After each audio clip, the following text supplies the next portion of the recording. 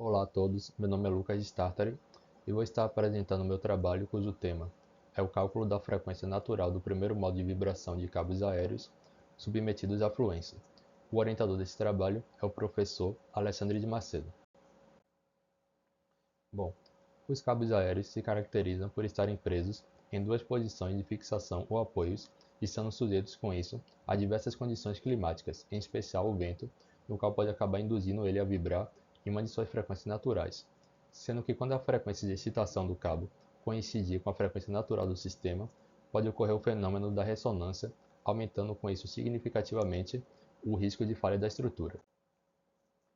Sendo que esse tipo de condutores ele apresenta um comportamento viscoelástico, ou seja, exibindo tanto propriedades viscosas quanto elásticas, sendo que o comportamento viscoso de sólidos ele se caracteriza pelo aumento das deformações no tempo, mesmo sob a aplicação de uma tensão constante, o que sugere haver uma mudança no módulo de elasticidade do material, fenômeno esse conhecido por fluência, que pode ser representada matematicamente por meio de modelos geológicos. Com base em tudo isso, o objetivo desse trabalho é determinar a frequência natural do primeiro modo de vibração de cabos aéreos, seguindo um processo analítico-matemático baseado no método de Rayleigh, no qual é possível introduzir a viscoelasticidade do material. Sendo que para considerar o efeito da fluência, matematicamente, isso será feito por meio da adoção desse modelo geológico de Kelvin-Voigt de 3 parâmetros, como vocês podem ver nessa figura aqui à esquerda, onde a partir dele nós derivamos essa expressão aqui para o módulo viscoelástico, onde, como vocês podem ver, é um parâmetro em função do tempo e que depende tanto de parâmetros elásticos, que esse módulo aparente do cabo é C, quanto de parâmetros viscosos, que esse é eta1 aqui. Sendo que essa expressão aqui é importante para a gente conseguir representar a variação da deformação do cabo ao longo do tempo.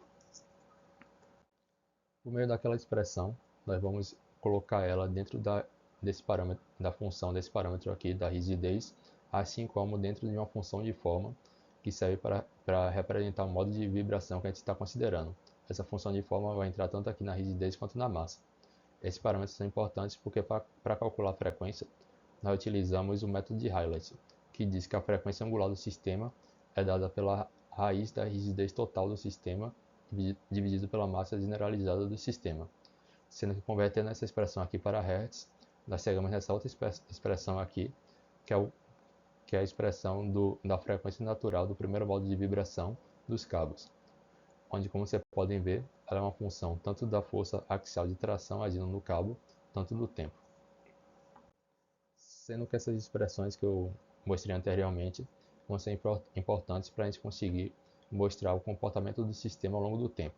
Esse comportamento a gente vai analisar por meio de gráficos. O primeiro gráfico que a gente vai estudar é justamente no módulo viscoelástico no tempo, onde, como vocês podem ver aqui, ele apresenta o comportamento de variação exponencial ao longo do tempo e de convergência aqui dos seus valores por volta de 3.500 dias, que é um comportamento típico de materiais viscoelásticos. Esse gráfico aqui da direita é o da deformação específica no tempo, onde ele apresenta um comportamento elástico linear nos primeiros 500 dias e após isso apresenta o mesmo comportamento de variação exponencial e convergência por volta de 3.500 dias. Bom, agora eu vou mostrar gráficos da variação da frequência natural do sistema ao longo do tempo para diferentes intensidades de força de tração.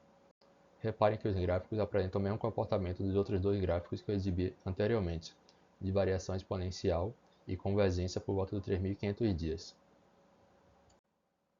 Sendo que o que vale destacar aqui é como o aumento da força de tração influencia na frequência. Uma vez que reparem que à medida que eu aumento aqui a intensidade da força de tração, eu também aumento a intensidade da frequência agindo no cabo. Com base em tudo isso, 4 conclusões podem ser assumidas. A primeira é que os parâmetros estruturais variam com o tempo das condições assumidas para o comportamento do sistema. Além disso, as deformações convergem por volta de 3.500 dias. Outra conclusão é que a força de tração aplicada ao cabo reduz de forma significativa o efeito da viscoelasticidade na frequência de vibração. E por fim, quando em dentro de tração, a frequência do primeiro modo de vibração é diminuída em 29% do seu valor inicial. E foi isso. Muito obrigado.